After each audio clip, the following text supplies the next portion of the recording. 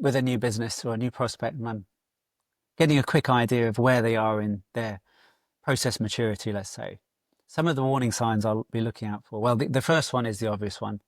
How much of their business relies on Excel? And you may be surprised, it's quite often a large percentage. So warning sign number one, how much Excel is being used in the business. Quite often separate Excels, not linked together by any means, silos of information, silos of processes, which means if I was to ask a CFO, what's your current profitability? Well, I'll get back to you in a few days. Sales director, what their order fulfillment rate is, they probably won't have a clue. So simple business KPIs are not available. Paper usage. Quite often if I walk in and I'm looking around, let's say a warehouse, I can see a lot of paper moving around.